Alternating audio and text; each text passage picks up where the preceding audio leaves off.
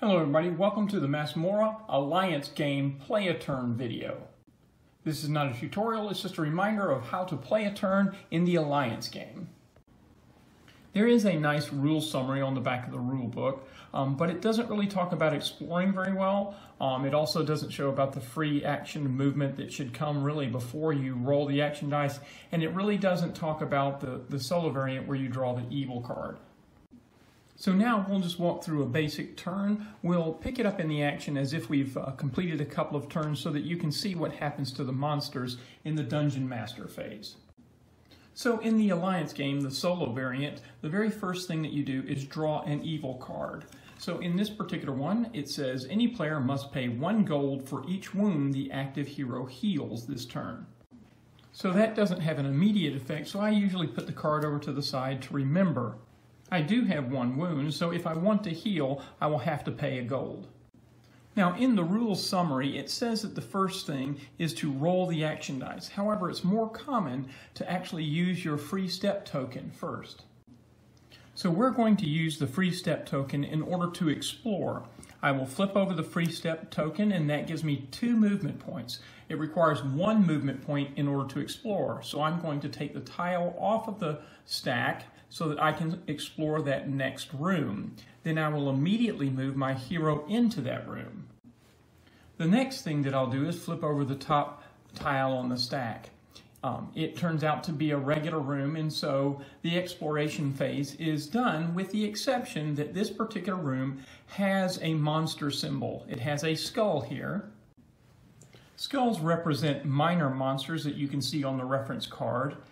Dragon heads represent major monsters. The major monsters are orange and the minor monsters are blue. To spawn a monster, you simply roll the dice and then you use the reference card to see the abilities of that monster. So in this particular case, we've rolled an orc that has an attack value of 3 and a defense value of 2 with no special abilities. Now, because we had to spawn a monster in this room, we had to stop our movement, which means that we lose that extra movement from our free step token. Also, whenever you're in the room with any number of monsters, you must fight all of the monsters in that room before you take any other actions. You don't have to actually defeat them, but you do have to fight them all. So now we come to the main part of Masmorra, which is rolling dice and using them to perform actions. So first, let me remind you of the different symbols that you can have on the dice. The first one is a shield, which allows you to defend from an attack.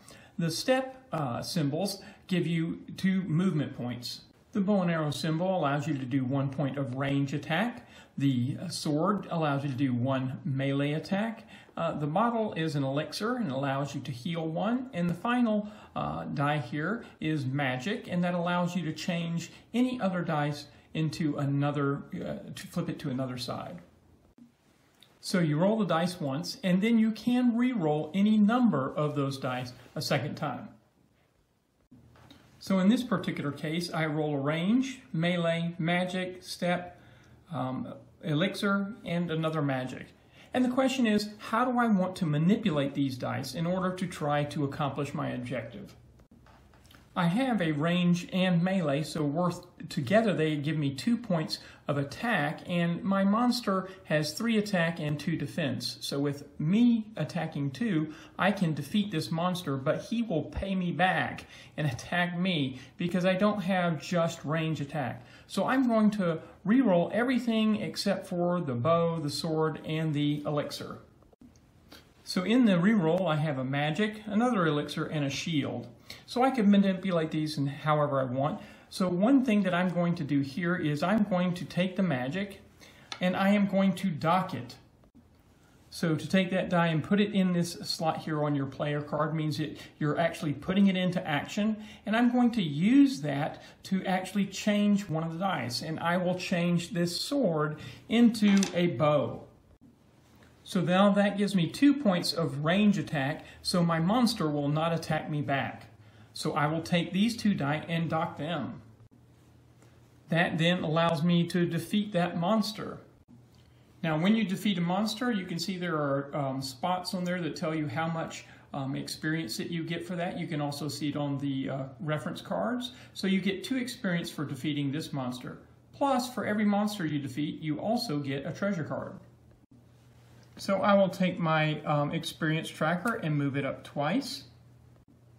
One thing to be aware about experience, once you reach experience level 7, you gain 1 less experience point for each minor monster that you defeat. In other words, if that monster would normally give you 2 experience, you will only get 1. Now, I do have a wound, so I have an elixir, and I would like to heal this wound, except for my evil card says that any player must pay 1 gold for each wound the active hero heals this turn, and I don't have any gold. So I can't use the elixir to heal. If I had any step symbols here, I could move and do some more exploration, but I don't.